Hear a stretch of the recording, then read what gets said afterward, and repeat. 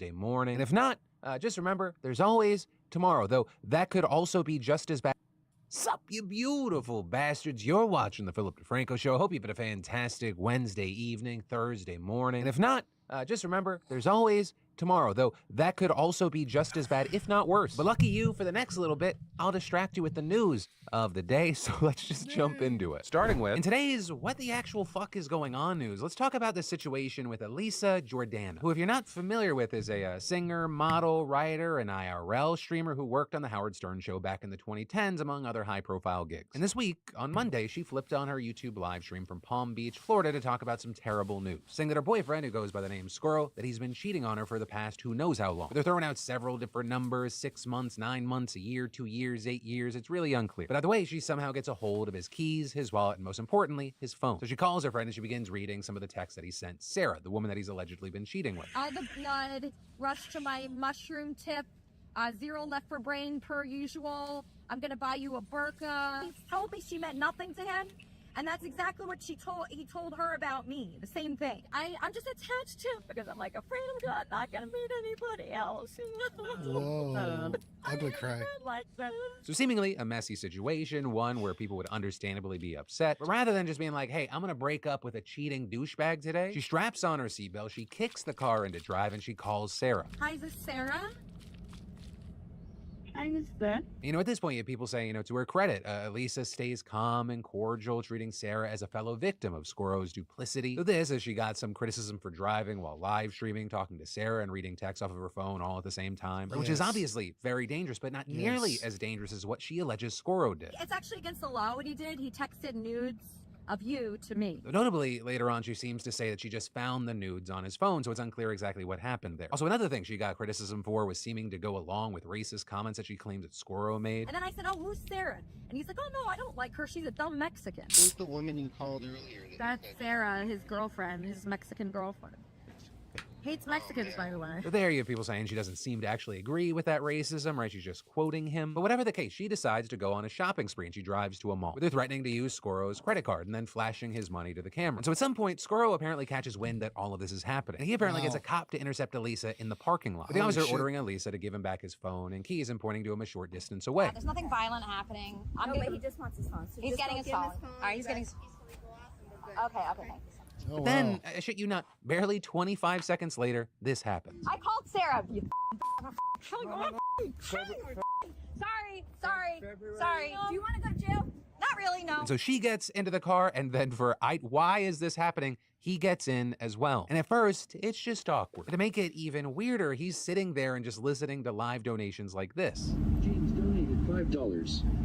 What a cheating snake. Then they're just driving in silence as Here I Go Again by Whitesnake's playing on the speaker. Eventually, they turn that off and they take some calls from live stream viewers. And it goes exactly how you'd expect. Where's your chin, dude? Where did it go? You look like an adult baby. And so that goes on for a while, with Elisa saying how she posted Sarah's phone number, home address, full name, and Venmo account on a Discord server, and then just adding fuel to the fire. They get Sarah back on the phone. With then, and here's the big thing, I can't show this in today's show, but at different points, Elisa starts punching and slapping Squirrel in the face and body. And after one strike that he claims nearly broke his nose, he says, next time you touch me, I'll dick. You understand? But then she tries to hit him again, and so he yanks her by the hair, commanding her to pull over, repeatedly calling her a dumb C-word while she screams and blares the horn, calling for help. And then with one fistful of her hair still in his grip, he pushes her out of the car. But then, apparently someone called the police because, according to TMZ, officers then showed up, watched the video, and decided Elisa was the aggressor, with them arresting her for simple domestic battery and giving us this very unhappy mugshot, with her afterward telling the outlet that she was sorry for her actions and said that it was a moment that she's not proud of. The law is one thing, those cops' judgment is another, and your opinion on this is something else. And so with everything you've seen and heard, I gotta pass the question off to you. What are your thoughts here? And then, entertainment, drama news, Rihanna has found herself in the midst of a controversy. Also, when I say found herself, I mean, I imagine this was all intentional. Because she just did a photo shoot with Interview magazine where she dressed as a sexy nun with bold makeup on. She also posted a video really playing up the sexualization aspect there, with seeming to reference this Pew Boy poster art. And so with that, obviously you had her fans saying she ate, she slayed, she served, she left no crumbs. But this, as you also had a lot of other people calling the photos a mockery of Christianity, saying that it's blatantly disrespectful of the religion, people writing things like, we as Christians need to get serious and boycott this type of nonsense, and don't you guys get tired of making excuses for disrespecting religious garments, or is it only allowed when it's tied to Christianity? Or with a lot of people saying, hey, why don't you do something for Muslims next? So I'm also noting that apparently there's been some discourse already online about sexualizing nuns being kind of in lately. So with this Rihanna cover, you had some people saying things like, y'all, I don't want to stir the shit pot too much, but we have to stop sexualizing groups of people whose whole purpose in life is to not be sexualized. Some also bring in the mothers shouldn't do sexy things outrage into the pylon. You know, what was interesting, and it seems often the case these days, depending on where you went online, it was just like drastically different reactions, people in different echo chambers. Because you'd go one place online and people were outraged, other places online, they're like, shut up, saying things like, I'm sorry, but you bitches been sexy nuns every Halloween since 2004, and Rihanna is where y'all draw the line at? Lord Jesus, please cover your ears when these people speak their hypocrisy. Right? And people also noting that art and media taking provocative jabs at the Catholic Church is not a new thing. But with this little messy mess, I gotta ask you, where do you land on this? What are your thoughts here? And then, y'all, we've got Boeing back in the news, and I love how I found out about this news. This morning, ass crack at dawn, I look at a text from a buddy, and they're like, did you see the new Boeing drama? And I was like, Boeing drama? Did Boeing just get in the Kendrick Lamar Drake beef? What happened? And then I looked into it, and I saw that the Boeing drama was that a Boeing whistleblower who was an engineer who spent 10 years at the company and who worked on the 787 Dreamliner, right, Sam Salaport, he says that Boeing failed to follow its own procedures for ensuring pieces of the plane's fuselages were properly fitted and fastened together, with then the results of that being that the planes could just break apart mid-flight after thousands of trips, which, yeah, I guess would be dramatic. Some might even describe it as a bit much. And, you know, I should also say with this that the 787, that's actually the first airliner that makes heavy use of so-called composite materials rather than just straight up metal. And so because of that, it's normal that we have questions about how these materials will hold up to the long-term stresses of flight. But notably, and as mentioned before, Salapor's allegations have to do specifically with Boeing's conduct, with them saying that the company took shortcuts to meet production targets and describing cases where workers placed excessive stress on major airplane joints to make it look like parts fit together. You mean they did a capitalism? capitalism? This is a problem because that could cause deformation of the material and eventually lead to its earlier than expected failure. And on top of all that, he says that he's faced retaliation after raising his concerns with the company. And that retaliation including being threatened with physical violence from a supervisor. And then ultimately, he says that after being ignored and left out of key meetings,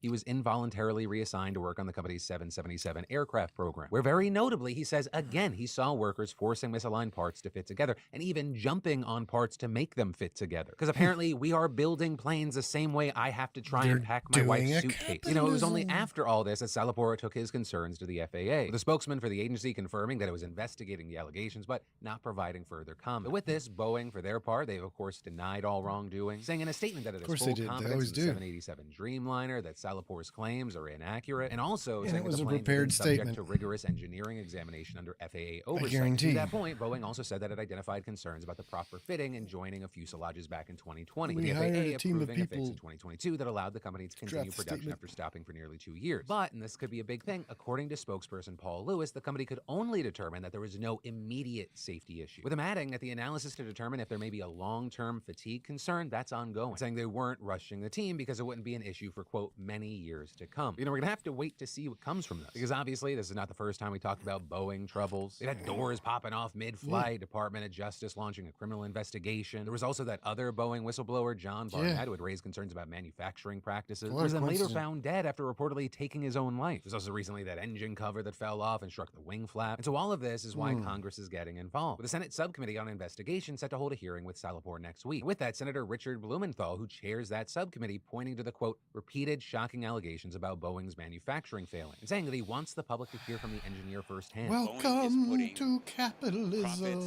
and production speed ahead of quality and safety. And then, so for my fellow meat lovers out there looking to save time in the kitchen, the fantastic sponsor of today's show, Just Meats, has a delicious time saver for my household. You know, I'm talking premium grass-fed beef with no artificial colors or flavored, pre-seasoned and pre-cooked, delivered to your door. You can feed yourself and your family in minutes. And it's also super easy for on the site. And then, if I told you that Kraft's Lunchables wasn't exactly the healthiest thing in the world, you'd be like, oh, cool, thank you for the breaking news, Phil. But unfortunately enough, there is actually breaking news around how bad Freshness Lunchables is are. And I don't guaranteed just 'cause mean it's with like the Play-Doh. extremely high levels of sodium it has. Instead, according to research by Consumer Reports, That's there's a why good it's amount of freshness lead and guaranteed. cadmium in there, both of which cause long-term problems that have a tendency to build up in the body after repeated exposure, which could be the case if you were eating something, let's say, as a daily lunch replacement. And that's even more true for children because, they're smaller and they need less of an exposure to start seeing problems. And it turns out, like, we're not talking about some lead and cadmium. It's like a weirdly large amount for how small a Lunchable is, right? A single 3.2-ounce turkey and cheddar cracker Lunchable, those have 74% of California's level of allowed lead for a child 4 to 8 years old. And while yes, that is technically the daily allowance, that is just one thing they are eating in a whole day, leaving very little room if they're getting exposed to the stuff in another way. And again, this is in addition to the things that everyone's known about, like the sodium, which once again, just a single Lunchable has 49% of your daily recommended intake, which are just extreme numbers for something that makes up just 15% of a child's recommended daily caloric intake. So if a child gets more than half of the daily limit for lead from so few calories, there's little room From a for cracker. potential exposures from other foods, drinking water, or the environment. Then on top of that, you had researchers warning that some of the foods that are common in Lunchables, such as many ultra-processed meats, have links to cancers, which led them to warn that we don't think anybody Probably should where the regularly lead eat and these sodium's products, come and from they mostly. definitely shouldn't be considered a healthy school lunch. But with all this, on the other side, as you'd expect, crafts out there fighting for their Lunchables, with them saying, among other things, they have issues with how things are being presented, saying many of our Lunchables products are a good source of protein, offering nutrients through meats and Yeah, but cheeses. what about the We've lead? taken great steps to improve the nutrition profile of Lunchables, including recently unveiling Lunchables with fresh fruit and reducing the sodium in all Lunchables Yeah, but the crackers by lead. 26%. You Them also didn't going mention on the to argue that just because something is labeled as ultra processed doesn't mean it is inherently worse. You With didn't part of their mention the argument lead. being that they add extra nutrients to it and thus it's actually better overall for the consumer. And then going on to add the classification of food should be based on scientific evidence that includes an assessment of the nutritional value of the whole product, not restricted to one element such as a single ingredient Lead's or the not level good of for you. processing. There's also concerns about the sample Neither's size. They only cadmium. tested 12 store-bought Lunchables, which is enough to see a pattern, but it's also a pretty small sample size. But with that said, it hasn't stopped the researchers from starting a petition with 12,000 signatures so far to remove the products from the National School Lunch Program. And then, we gotta talk about Arizona. It's a state that'll always have a special place in my heart. It's where I proposed to my wife. It's a state that I think is largely filled with fantastic people, which is kind of amazing. Like if I lived in a place where the sun was actively trying to murder me most of the year, I'd probably be in more of a shitty mood. But the big news that we've got to talk about with Arizona is that they have learned how to time travel. Great Scott.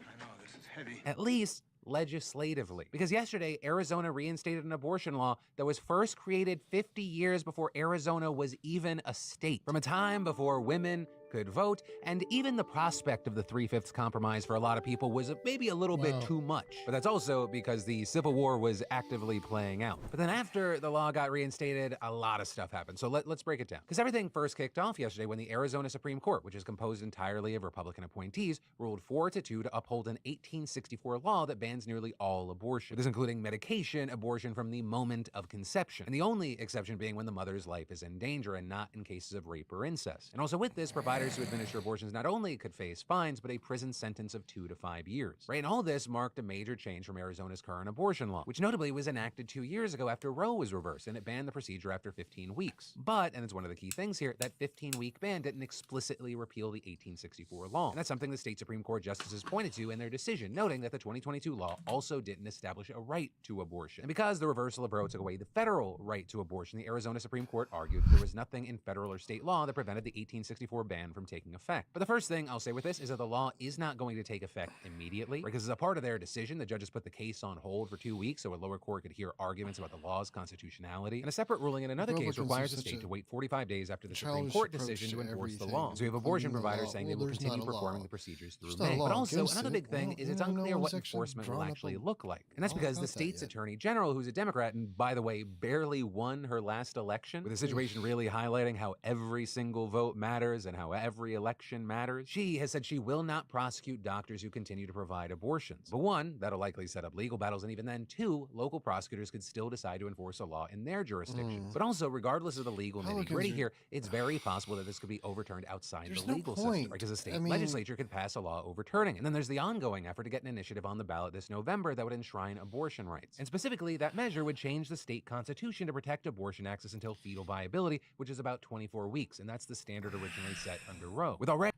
Newsflash. It literally doesn't matter. You could take all abortion laws off the books federally mandate it to be 100% legal and just let the medical doctors dictate if and when it should happen, and things would be fine. Nothing would really change other than there'd be fewer instances of, as we've already seen, fewer instances of fatalities related to, women trying to use non-medical means, but it doesn't matter. Even to the people trying to ban it, it really doesn't matter. Like, at the end of the day, like, they don't actually care about the issue. They really don't. It doesn't matter. Like, the only time they care about it is when it comes time to scream on social media or scream on television and rant and rave and beg for votes and whatnot.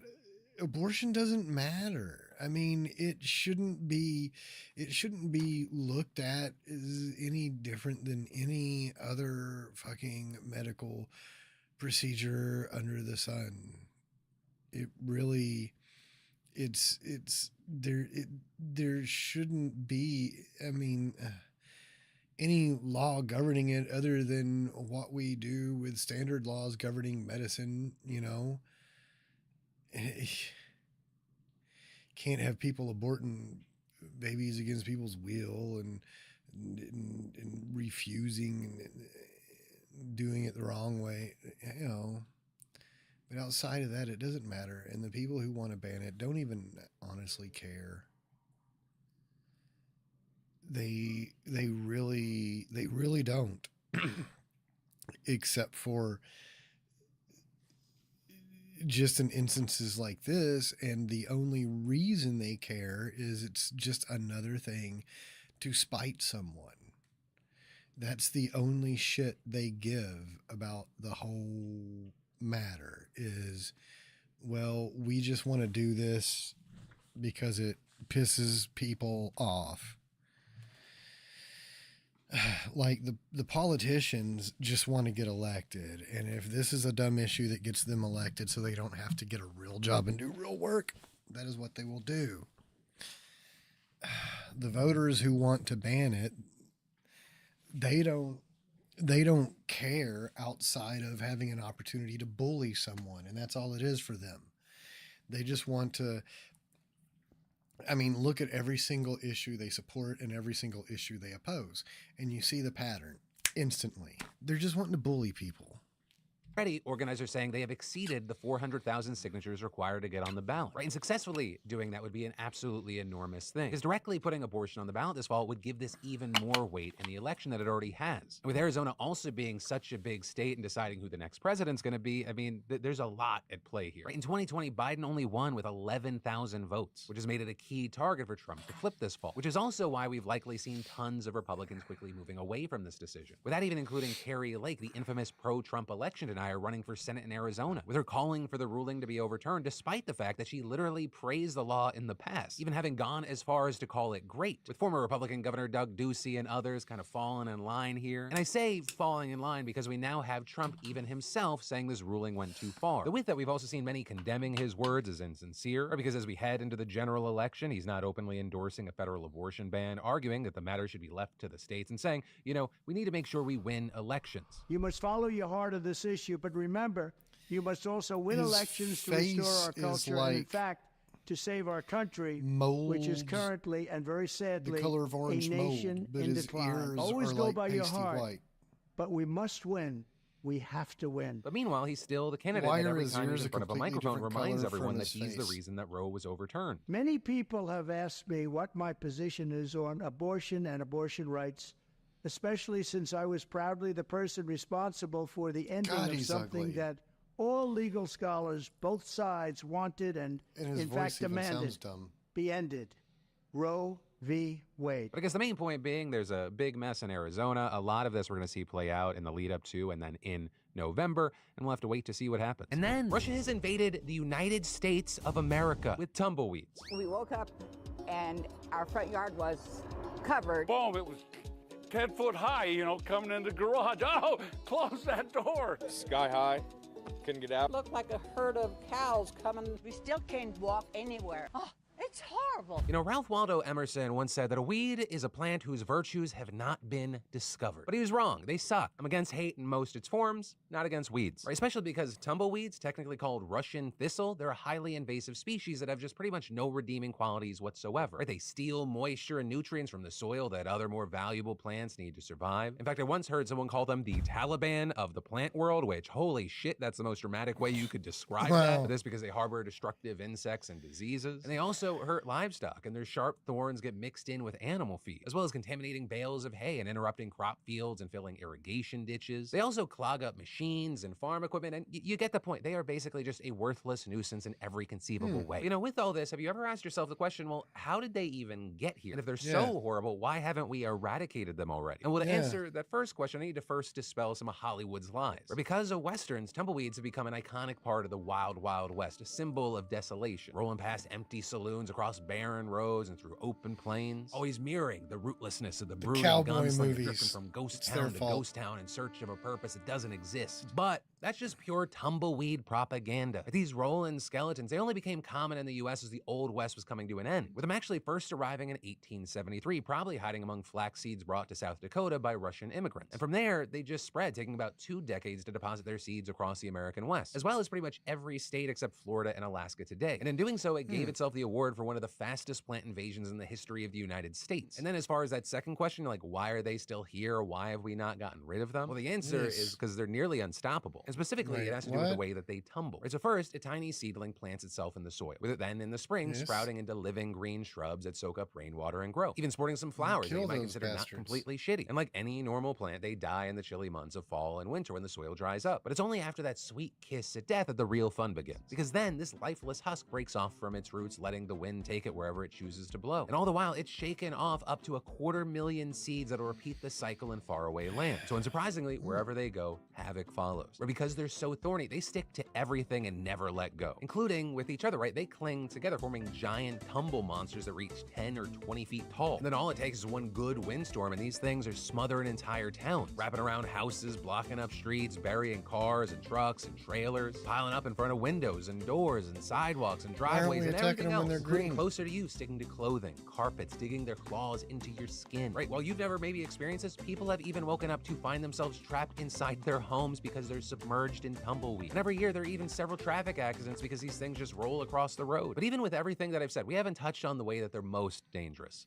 Wildfires. Right, tumbleweeds are incredibly flammable, and their light, airy structure lets them burn intensely and rapidly, which is bad on its own, but it's even worse if a lot of them bunch up together, creating a massive dry vegetation. Not to mention that if pieces break off and they accumulate near other flammable stuff like wood fences and houses, that's not a good thing. And so with this, at this point, maybe you're thinking, okay, Phil, you convinced me. Tumbleweeds suck. But what can we actually do about them? Well, if you get them when they're still rooted and alive, a lawnmower will teach them a lesson they'll never forget. Notably, it'll likely have already produced seeds, which means they may just grow back next year. So alternatively, there's herbicides like weed killer, but of course that's not so good for the environment. Otherwise, some people just say burn them. So understand, I am not saying start fires on or off your property. I don't personally know you, and I don't know if you should be trusted with fire. Honestly, I know more people I don't trust with fire than do trust with fire. But even that, while morally satisfying, that can be dangerous or pollute the air if you're not careful. So very often, people do one of two things. Either rake them off your property, push them into the street and hope they become someone else's problem, or they round them up, pack them into giant bins and dumpsters, and they take them to a landfill. Also, aside from individual residents, the government can take more systematic action to combat it, namely by identifying so-called biological control agents, right? Basically natural enemies of tumbleweed from its native ecosystem, which means going back to ground zero, southeastern Russia and western Siberia. Except the challenge there is to find something that's effective at killing tumbleweed, but doesn't threaten other native species. And so far, we've kind of just been shit out of luck. Those scientists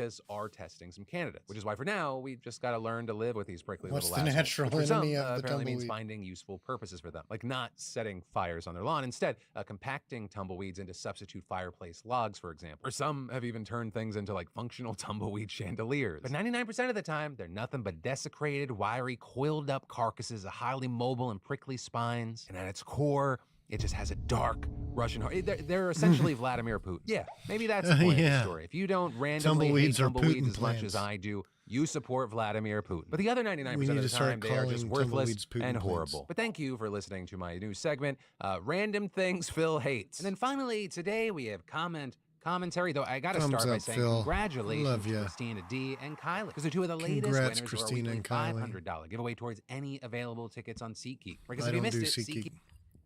Let's do some Gadge. With the Take a sorted little boys. look under the cloche. Go for it. Cloche. Oh no, it's got plastic. Oh, it Take a little says- look under the cloche. That's how you spell it. Go for it. Oh no, it's got a plastic knob. Oh no. What is Today rice? we've got two normal home cooks in our kitchen and they're going to be putting to the test a whole bunch of kitchen Definitely a gadgets that saucepan. you've recommended for them. Let's see how they get on. It's one of those pans that doesn't go there. Oh yeah, because look, it's got a Oh, it's got a kettle. it's got a kettle plug, and it's got a knob, 0, 1, and 2 on it. So Super this rice. is a self-heating pan. Boys, this is the High Trick portable saucepan. Oh. And they say this gadget is an essential appliance for every kitchen, capable of replacing traditional stove kitchenware. Its non-stick coating and rapid heating ability makes for a convenient appliance which is compact, easy to clean and easy to store. With its 3 heat settings, you can bulkier cook than anything from boiling pasta to my other sautéing pans, but it'd shrimp. be Actually, great that's a for good like point. a It's college plug-in, dorm. not batch operated. Yes. So there's a better chance of it producing some proper heat. Yeah. Perfect for people who don't have comprehensive kitchens, maybe don't have much space. Also, great for when you're traveling. Breakfast in bed. Breakfast in bed. Well, let's literally put them to the test. It's got to get raging hot, Yeah, it has to. but it's also got to be simmerable. So We've got boiled water. yeah, Would you like to cook a stir fry? Oh, challenge on. that is a challenge. So we're giving you some stir fry ingredients there. So plug in your saucepan and let, what? The lead could be longer. That is getting hotter, quicker than our hobs do. Well, I'll tell you what, Bads, that'll be because it has a round-shaped embedded heating element technology, which will keep your food heated evenly and cooks quicker. Shimmering straight away. I mean, you to are. be fair, that got hot in about 15 seconds. It's quite surreal not having any heat source at all. And would you say that the outside of the pan is hot? Yeah, Lovely. it's barely warm. Okay, it's got a lovely degree of overheating protection. Yeah. I can stir fry on my chest. Well, don't. I mean, that's remarkable. Prawns in. You got a little bit of charring on the corn as well. Like, it's hot. It is hot. So the other thing I suppose to compare it to is slow cookers. What are the temperatures, They're electric. though? They don't use up your hob.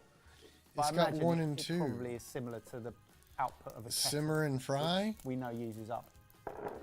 You watch your smart meter basically have a heart attack every time you turn on your kettle. Also, kettle, great for making broths. Go. Soy in. Yep. Let's go. Unplug your pan. So I will say, for stir frying, we've challenged it probably a little bit too far. Yep. It Yeah. works, It's worked, yeah. but it's not like what you would look for from a stir fry. Yeah, no. It's tasty. It's done a job of a home stir fry, I would say. I think it's like Okay, just it's under. very similar to the It type gets of up thing to that I would just cook under at home. high, maybe. First impressions where it looks a bit plasticky. How close to 400 I does can't it think get? of many situations where wouldn't I would think benefit that- from using it, but you cannot deny that it heats up and it works. I'm I'm looking at surprised that by and thinking it how can't much get I like much it. past It's 300. for people who don't have a fully kitted out kitchen. It's probably really good for students Yeah, because you're going to be soup, cooking your stews, basic rice. stuff in it, pasta, like all the simple easy Yeah, staples. exactly. Right then, well, how much do you think the High Trick Ramen. portable saucepan cost us? You'd be the ramen 14 king of pounds. your dorm. Or queen. 20 quid. We paid Ramen royalty. £35.99. I thought it would be terrible, Same. but it's not.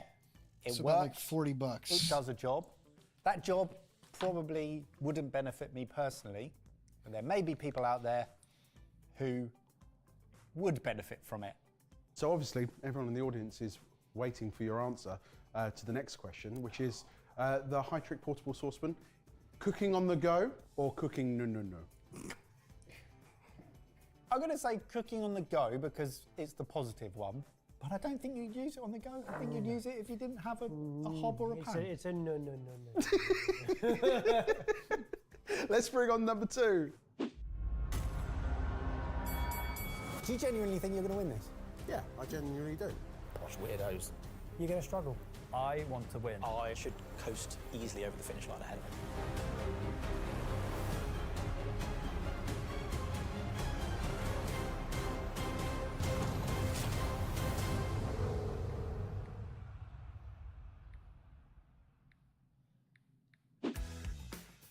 Hokey dokey, lift the cloche. I know what this is. This has been marketed to me. Oh, I've seen that a million belief. times It's over. a knife It's a knife sharpener. sharpener. Thank you, Barry Taylor. And Boys, I've this heard a is lot of- the Hall 2 knife sharpener. The revolutionary Hall 2 sharpener takes the guesswork out of the most tricky aspect of using a whetstone, getting the sharpening angle correct. It's also exponentially quicker as there's no soaking needed. But, like a whetstone, it's suitable to use on both Western and Japanese knives. Do you have 2 parts to it? There's the angle support everyone bar I've seen and there's the roller. review the knife, these blade side up, is like unanimously attaches to the angle agreed support that bar, which has a 20-degree side and a 15-degree it's okay if you side, don't have and the anything knife else, stays in but there's place way because better of the strong options. magnets in it. You then use the roller back and forth on either side of the blade for a few times. The roller also has 2 sides, a diamond disc for sharpening and a ceramic disc for honing. German style, 20 degrees. Sharpen it. One way, both ways? Both ways, back and forth. Right. Oh, I don't like it! So other side, turn it that way? That way around, yep. Yeah, doing it quicker makes my nipples feel less itchy. So now you're honing it. Oh, that's satisfying. That's quite nice. I don't mind that one. So how do you both sharpen your knives at home? With a one of them. And how often do you do that? Whenever I nearly chop my finger off. Okay, cool. I use one of the drawback ones. You stick to the surface, draw it in, but I'll do that probably once a year. Yeah, and I think both methods, eventually you end up whittling your knife away. Whittle's not the correct one.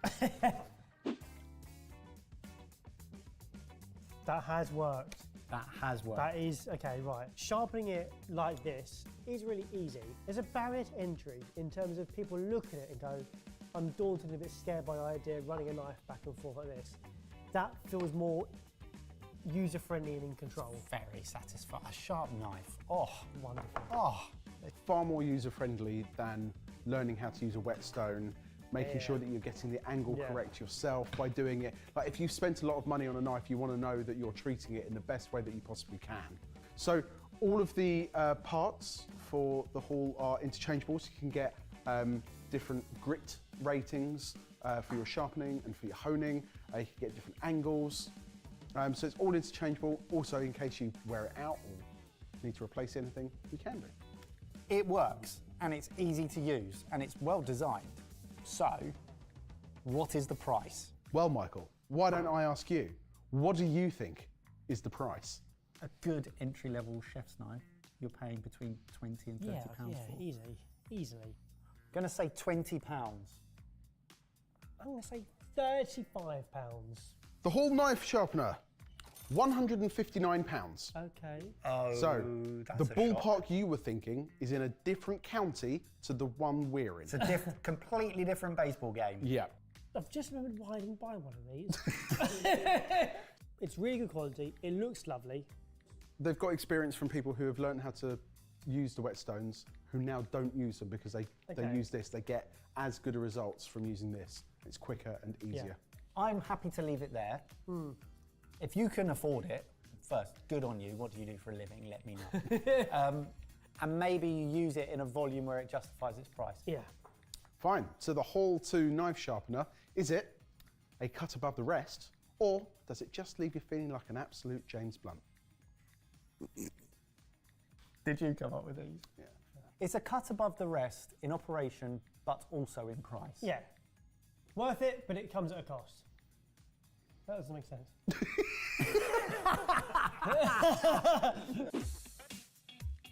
Ready for another? Yeah. I'm getting ready for something big. Come on, go. Ready? Go. Sorry, I'll do it. It's another flush. I've read what it says, and it doesn't make any sense. The snack coating bowl. Stainless steel, dishwasher safe. Original design. The snack coater. What did I You had a ridge. And a locking mechanism. Quick lock. So it's this way round. But what does it plug into? What does it lock? It's not. You haven't given us the full gauge. Well, now it makes complete sense. Right, whilst they figure this out, I'll tell you. This is the Ieve Snack Coater. Unleash flavour and fun with Snack Coater, the perfect attachment for coating nuts, truffles, and a wide variety of confections with tempered chocolate and other coatings. What you're saying is helping us with what the hell this thing does. How do you think they make chocolate-covered raisins or sugar-coated almonds? What does it plug into? Why don't you get the stand mixer from the back of the set? Right, we've got this machine and we're no close to understanding. No closer to understanding? Into the pasta roller or meat grinder attachment. No, so that turns. What does that? Tighten up? How would you usually use a stand mixer? You'd need to... but now your snacks are going to fall out. So you see the little black thing that you also got? Lift your stand mixer back up. Put your little black thing in the hole. There you go, in there, that's it. Now you can turn it on. Well, I get it. I'll tell you what. Because you put nuts in there and chocolate. And it just tumbles it. And it tumbles them. This is a really easy way to evenly coat items such as nuts, fruits, those kind of things. The spinning helps to make it an even coating. Do you want to give it a go? Yeah. Yes. So we're giving you some melted chocolate. No, you haven't. You gave us chocolate, which we had to melt, and it's taken ages. So you're going to put all of your nuts into the container and then put it onto speed number 1. Right, nuts going in. Place a few drops of the chocolate into the container and let's watch that for a few minutes and see how that all comes together. Well, it seems to have worked. Wow. Yeah. Have they dried? Are they clumped? They've dried and they are not clumped. Yeah, you couldn't get that finish any other way, could you? And that's what they say. It's easier to achieve a uniform coating whilst saving time and reduces the risk of contamination because you're not getting your hands in there, you're not trying to do it that way. And I guess if you want... Yeah, this is like one of those bowls that I see on the... Yeah, I mean, we skipped a step from the candy tempering channels. the chocolate because there's no chefs here and we couldn't be bothered to look up the temperature. The candy YouTube channels, that candy would making affect the YouTube end channels result as have well. bowls that you like get. these. How do they taste? Yeah, Really lovely. nice. Lovely. Added a bit of sea salt. I can see myself using this for popcorn more than anything else. That'd be great. Yeah. It's quite a gadget. It is quite a gadget and it works brilliantly. It feels to me like one of the types of gadgets that could stray into the professional kitchen gadgets world as well. Right, how much do you think we paid for the Ieve Snack Coater? £40 for me. I wouldn't have a clue, so I will agree with Mike, £40. £99.89. Okay. So this definitely puts it in the real hobbyist moving into I'm starting my own small business in creating snacks and sweets and things. And what we've learned from the Pro Kitchen Gadget episodes are these things do tend to be more expensive, but they justify their price because of the volume that they create. Is it a tasty little snack or did it just drive you nuts? It's a tasty little snack. And you're driving me nuts. Oh. One more. Final one for the day. Give the cloche a lift. All right. What the? What the? Oh no, the stovetop stir, Oh mate. no! This is the StirMate Pot Stirrer. Need an extra hand in the kitchen or just need someone to stir your pot? Introducing the StirMate, yeah, I've seen your this. stirring kitchen sidekick solution. This is horrible. StirMate does much more than perfectly stir a pot. Its powerful motor stirs viscous candies, delicate risottos, and it's heat tolerable. So we've tested some self-stirring devices before. And They've all been, horrible. what's the word? Crap.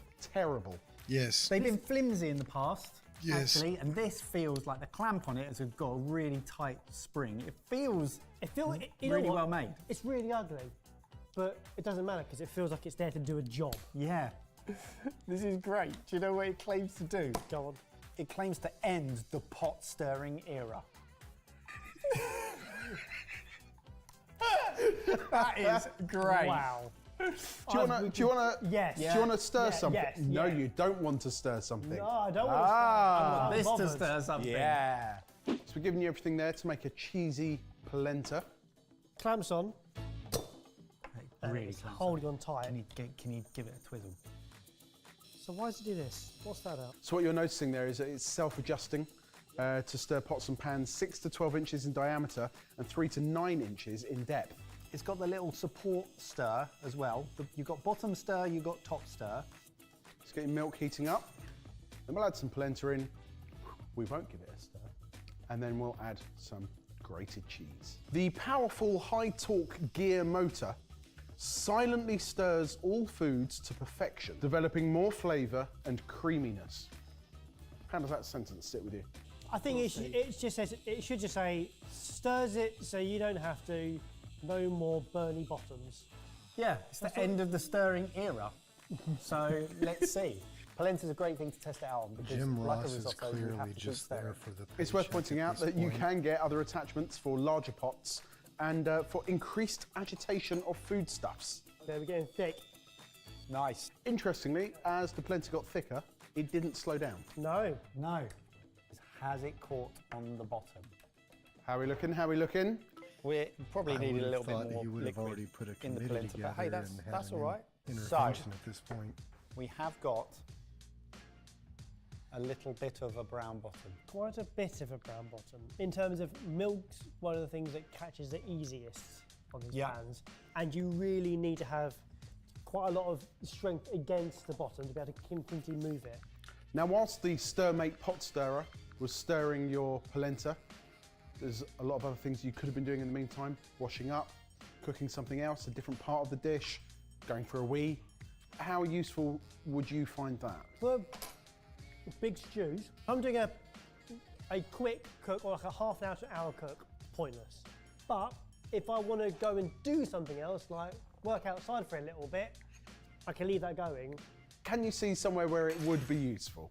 The StirMate, your kitchen sidekick, is the best one we've used. It's sturdy, it's industrial, it works, but you don't need it. One use I can see for it is people with dexterity issues, the repeated movement of stirring something, people with problems like arthritis, stuff I thought like about that. but you actually have to press down on the clamp pretty hard. Pretty stiff. I mean, it's well made, but that spring is pretty stiff. Okay, well, how much do you think we paid for the StirMate pot stirrer? I think you paid £50 for it. 40 quid. Add them together and a bit more, £102.50. No way. Whoa. No. Wait, What it isn't is useless in that it works, it does its job.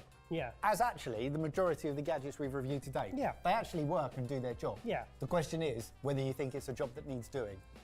Well, the StirMate pot stirrer. Did it cause a stir, or would you rather just do it yourself? I'd rather do it myself. I'd do it myself. I mean... Well, over to you. Comment down below. Let us know which of those gadgets would you have in your kitchen. Plus, what should we be reviewing I was next? typing, so I missed most of for that. increased agitation of foodstuffs. There we're getting thick. Nice. Interestingly, as the polenta got thicker, it didn't slow down. No. No.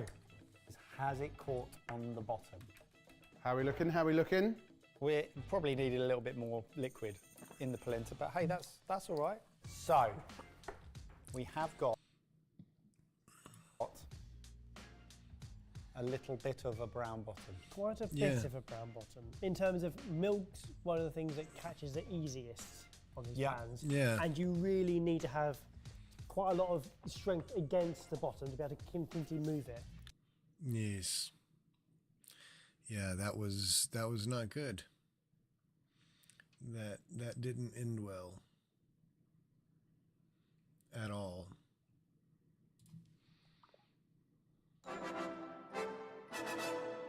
Hello, ladies and germs. Welcome to Wombo Presents Some More News with Mr. Cody, but Wombo is here. Wombo filling in for Mr. Cody, who has a sick face.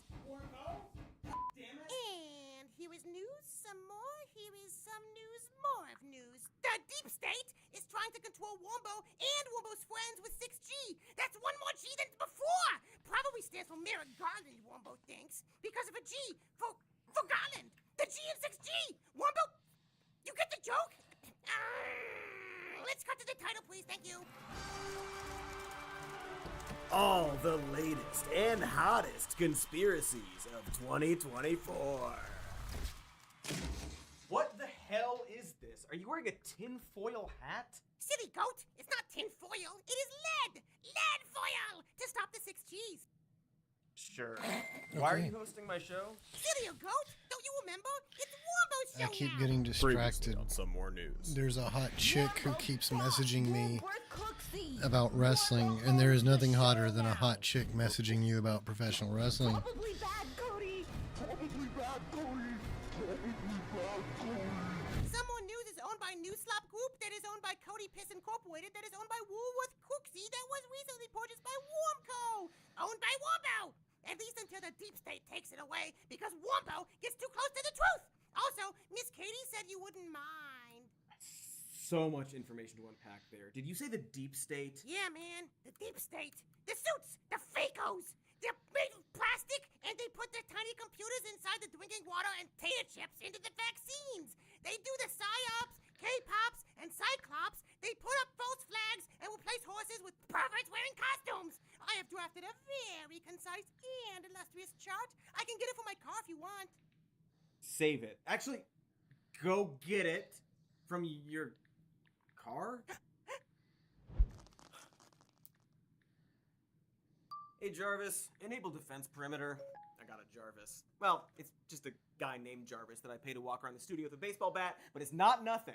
So here's some actual news. Conspiracy theories and the people who love them. We've always had them, but today we're gonna look at the latest and hottest ones. Not your grandpa's conspiracy, or actually, statistically, maybe your grandpa's conspiracy. Because in true grandparent fashion, our first theory is about the young being corrupted by an evil, fringe, mainstream pop music star. Taylor Swift is a CIA Democrat plant. Bam! I knew she was too good to be true. So what is it? She a robot? A clone? Clone of a robot? One of those Lobots? Oh, please be a Lobot. Have you ever wondered why or how she blew up like this?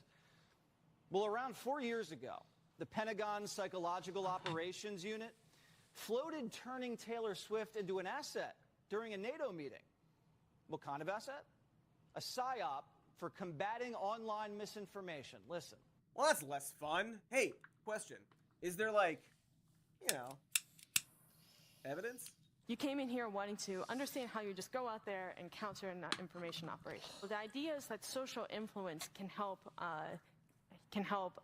encourage or promote behavior change, so potentially as like a peaceful information operation. I include Taylor Swift in here because she's she's a fairly influential online person. I don't know if you've heard of her. That's insane.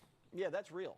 Yeah, that's real! I mean, real in the sense that in 2019, a presenter at a NATO conference of cyber defense suggested using influencers to battle misinformation and gave Taylor Swift as an example of an influencer, thus proving that so no evidence.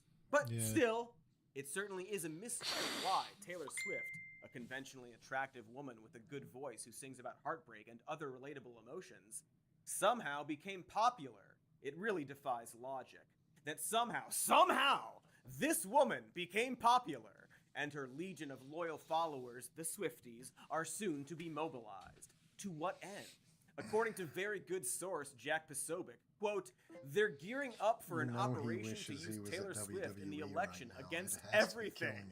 Against Trump, for Biden. They're gonna get her and all, they call them the Swifties. They're going to turn those into voters. You watch.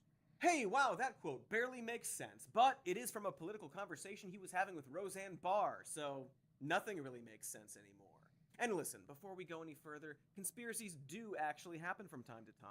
LSD testing, all that MLK FBI harassment, boars, big tobacco and big oil knowing about the damage they do, mega boars, etc.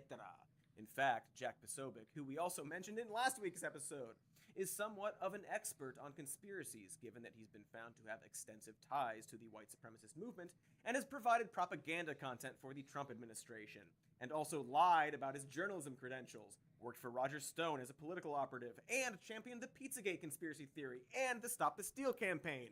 In 2017, Jack Posobiec led an operation in which a Trump supporter held up a sign that said, "Rape Melania," in an effort to make anti-Trump protesters seem sexually violent, in a conspiracy revealed by text messages acquired by BuzzFeed News. Jack Posobiec knows a lot about conspiracies. He's created a few. So, of course, he assumes everything that happens around him is also a conspiracy. But it's not just Jack Posobiec, that stupid piece of shit, jumping on the CIA Tay-Tay train. Republican presidential nominee failure Vivek Ramaswamy, who is definitely a serious person not starved for attention, also believes that Taylor is super secret government asset. He replied to a tweet by Posobiec saying, quote, "I wonder who's going to win the Super Bowl next month. And I wonder if there's a major presidential endorsement coming from an artificially culturally propped up couple this fall. Just some wild speculation over here. Let's see how it ages over the next 8 months." Yeah! All the best leaders throw out wild speculation and then say, "Oh, maybe I'm wrong. Let's see how this turns out." That guy should definitely be in charge of something. Also, good job at predicting that one of two teams will win the Super Bowl. Amazing insight all around. Oh, I guess the yes. theory here is that Taylor Swift, possibly a CIA plant, is dating football player Travis Kelce as part of an insidious plot to rig the results of the Super Bowl, which will then put... Oh, what's this? There's something really interesting that's happening on the right. Yeah, and again, like if you listen to who was the conversation that was between? Oh, it was with Dave Rubin, and I saw David, and they were talking about Candace Owens, but it really is Valuetainment. They weren't, of course, going to talk about the issue at hand. That weirdo calls his show because this was like right a before skeezy David vacuum was cleaner on his, salesman. was making fake aliyah to Israel, where he was.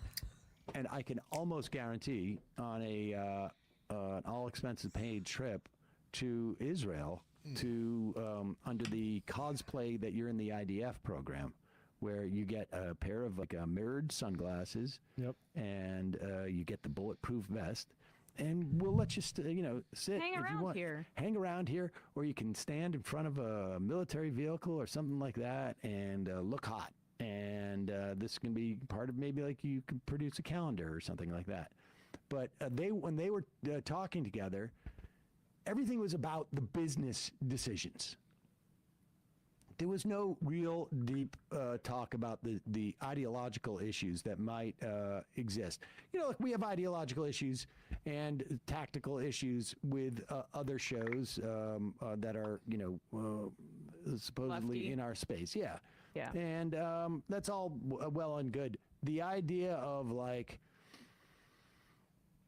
I'm not even sure how it would translate into like a business discussion in the way that these guys do it. And you've got Crowder, just remind you, Crowder now is sort of like in a tailspin. Nobody ever had an issue with the fact that he's racist or, a liar, anti-worker, anti-all that. He was just a jerk for saying the NDA was wrong and this and that to Daily Wire. Now, of course, he has his own NDA. And now Did you see there seems to video be that some aerial dynamic, and guy Patrick Bet-David has a lot of tweeted money. that had He sold like some his type of bit like from CM insurance Punk's interview multi-level synced up marketing with program, that footage and he has a to show lot it of a lot money. of insurance to guys who he had sell insurance for him. Yep, and All that. and he's been like he seems to he's a businessman, and he definitely he came on the scene very quickly in a way that suggests a lot of capital was invested, a lot of capital. And the Daily Wire, there's always like consternation and rumblings. Like they're the big fish right now with online right-wing media. There's going to be people that want to kind of break into that. I mean, Crowder tried and failed because he's so dumb. But with Candace Owens now being ousted, And there being a full anti-Semitic movement growing on the right. On the right, yeah. There's something to tap into there, especially because, you know, it's so clearly about her saying the word genocide as it relates to Israel, because it's not about her well-documented anti-Semitism. It's not about her saying the problem with Hitler was that he was too expansionist. Yeah. It's not about him defending Kanye saying I love Hitler over and over again. It's because she criticized Israel. All right, let's hear Patrick Bet David within a interesting way of describing the Daily Wire. Do this, you better do that, you better do this. Listen, man, I'm patient, I'm understanding, I'm going through certain things. I'm going to see what's going to happen as a leader. And at Valuetainment, we do have one very clear value that we don't compromise, and that's capitalism. There is no, and it's very public. Guess what? I'm not compromising that. It's proven. You have communism, you have socialism, you have capitalism. We're not debating this, right? But there's a difference between an economical system with believing in enlighten, empower, entertain, debate, where it's one of our big discourse, but we like to debate. And you can't debate faith, and you can't debate religion, and you can't debate that. That's the problem with when you take that position. What you do after that kind of a move, if I'm a Jew, okay, and I'm a devout at his level, and I want to go to a company that I will feel 100% safe, guess what's officially the #1 media company to go to if you're Jewish and you want to proudly sell all the values and principles that you believe in? Guess what's #1 worldwide? It's officially Daily Wire. Yep. If that's your value. And there's nothing wrong with CBN is what? What does CBN stand for? Christian Broadcasting Network. It's not, you know, a RBN, Religious Broadcasting Network. It's what? Christian Broadcasting Network. Daily Wire can be Daily DJW, Daily Jewish Wire, or DIW, Daily Israel Wire. No problem. Yep. If that's your value, stick to that. If that's your #1, maybe conservative America, all the other stuff comes next. But positioning-wise, business-wise, you know, if you got an Andrew Schultz, what religion is Andrew Schultz, by the way? Pause for 1 second. I want to say a couple words here. And, you know, I will put up my disdain for Ben Shapiro, bona fides, against anybody's. But I don't know if he's talking completely from just like the total ignorance, which is, you know, so that like even on a factual basis, they have fundamentalist Christians there too, incidentally. Matt Walsh is a fundamentalist Catholic. The other guy, the Barnes or whatever, Michael Knowles. Michael Knowles. He's also a fundamentalist Christian. I mean, like they're against birth control. They're against women, you know, existing outside of their servile role in the sort of most almost over-the-top ridiculous patriarchy. So it is not the Daily Jewish Wire. And it very well may be like, you know, a Zionist project. You know, I don't know where, you know, Knowles or Walsh are. They obviously aren't as anti-Zionist as Candace Owens. We actually looked it up the other day. Walsh has only said just, I just don't think we should be involved. Yeah, he's not putting that to the forefront of his There you go. Coverage. So that's certainly a differing opinion than Ben Shapiro's, but he's not not one talking. that he highlights on No, the Daily of course Wire. not. That was just on Twitter. Because one tweet. his lane is that fundamentalism there. Christian fundamentalism. So to call this the Daily Jew Wire, jeez. I don't know. I think aside from the factual, even if it was they were all pro-Israel, it's not like Ben Shapiro's going on there and espousing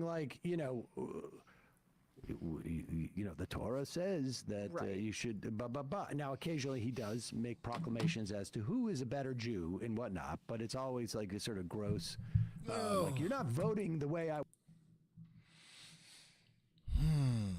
I need to fire up a game, but I don't know what to play.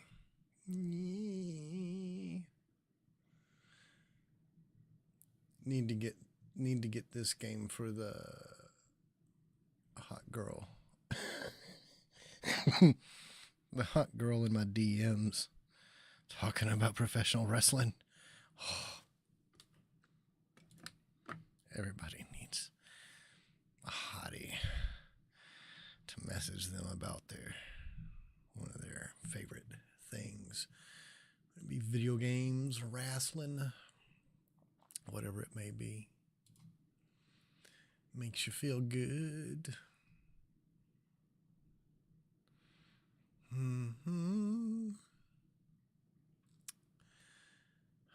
Some aliens. Some more Metro. Ooh. I kind of want to play some Baldur's Gate, though. Ooh, that's what I'm going to do. I'm going to stop this stream, and I'm going to come back and play some Baldur's